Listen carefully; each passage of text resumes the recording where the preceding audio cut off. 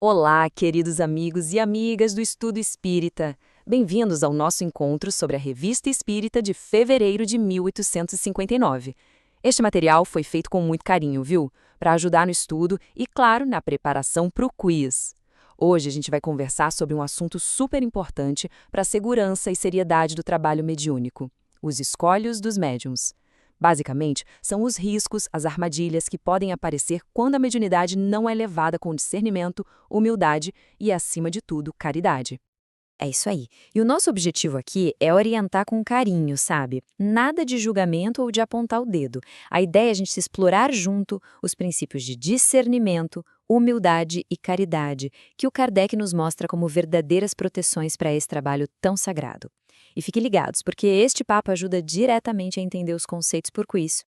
Para organizar bem a nossa reflexão, a gente vai seguir 4 pontos principais. Primeiro, vamos entender a natureza da mediunidade e os riscos que vêm com ela. Depois, vamos mergulhar fundo no maior perigo que Kardec aponta: o orgulho. Na sequência, vamos analisar as armadilhas da confiança cega. E, para fechar, vamos ver os antídotos que nos protegem: a razão e a humildade. Então, vamos começar do começo. Para a gente entender os riscos, primeiro a gente precisa entender o que é a mediunidade. Por que será que Kardec faz um alerta tão sério? É porque ele via a mediunidade como uma faculdade sagrada, sabe? Uma ponte entre dois mundos, que exige uma responsabilidade imensa. Os escolhos são justamente os perigos que ameaçam a segurança dessa ponte. E olha que legal, Kardec usa essa metáfora do mundo da navegação. Os escolhos não são perigos óbvios, como uma tempestade, não. Eles são como aquelas rochas que ficam debaixo d'água, invisíveis para quem navega sem cuidado. E o mais importante, essas rochas não estão lá fora, elas estão dentro da gente. São as nossas próprias imperfeições, morais e intelectuais, que podem fazer o nosso trabalho naufragar. E esse ponto é fundamental para a gente se vacinar contra a vaidade. A mediunidade por si só é neutra, pensa assim, é como ter uma ferramenta super poderosa nas mãos. O valor não está em ter a ferramenta, mas na intenção e na moral que guiam o uso dela. Não é um certificado de elevação espiritual de jeito nenhum. É, na verdade, uma oportunidade abençoada de trabalho, de serviço e de progresso. O mérito de verdade está em como a gente usa isso para o bem. Isso nos leva a uma lei que é universal, a lei da afinidade. Nossos pensamentos, nossos sentimentos, nossas intenções, tudo isso cria um campo de energia ao nosso redor.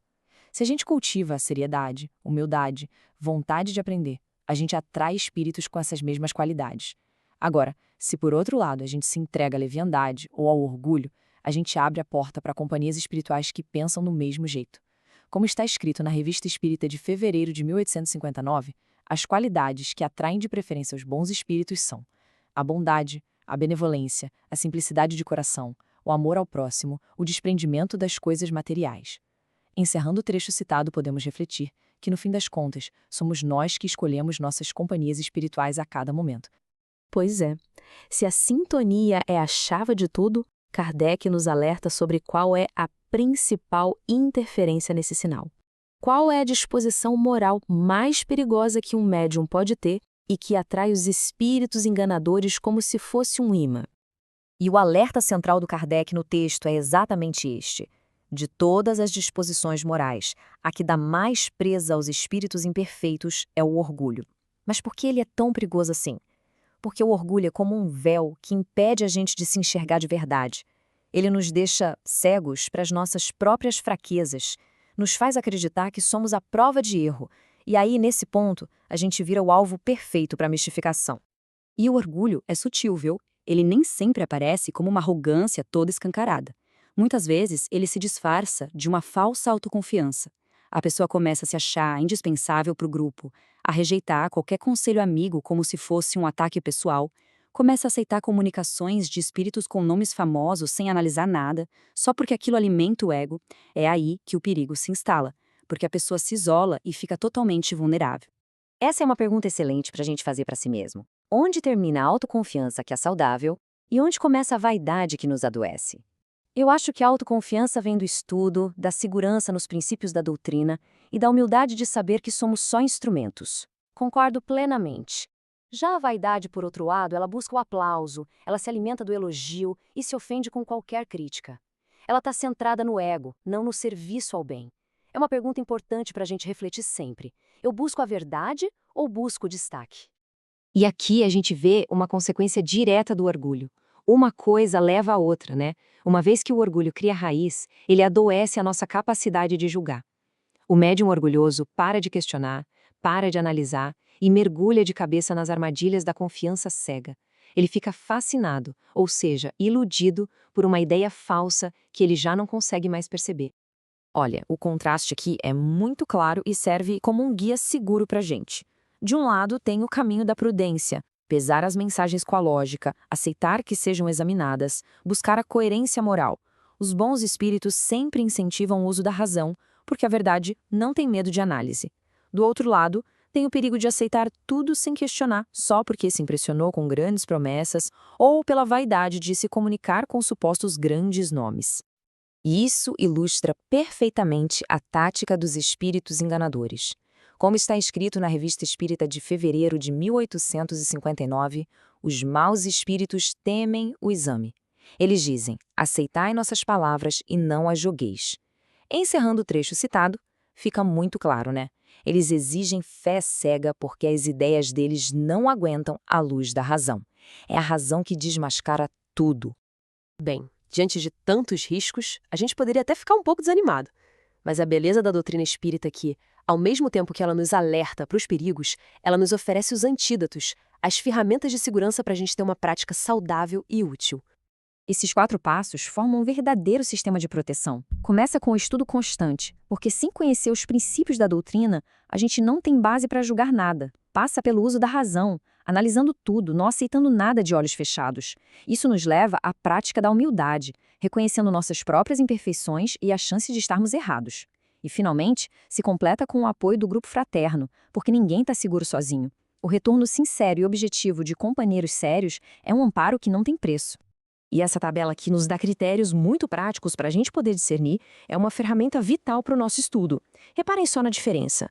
A linguagem dos espíritos superiores é sempre digna, nobre. A dos inferiores é muitas vezes trivial, cheia de presunção. Na orientação, os superiores aconselham, sugerem, sempre respeitando o nosso livre-arbítrio. Já os inferiores, eles comandam, impõem, elogiam para conseguir o que querem. O caráter da comunicação revela, sem erro, o caráter do espírito.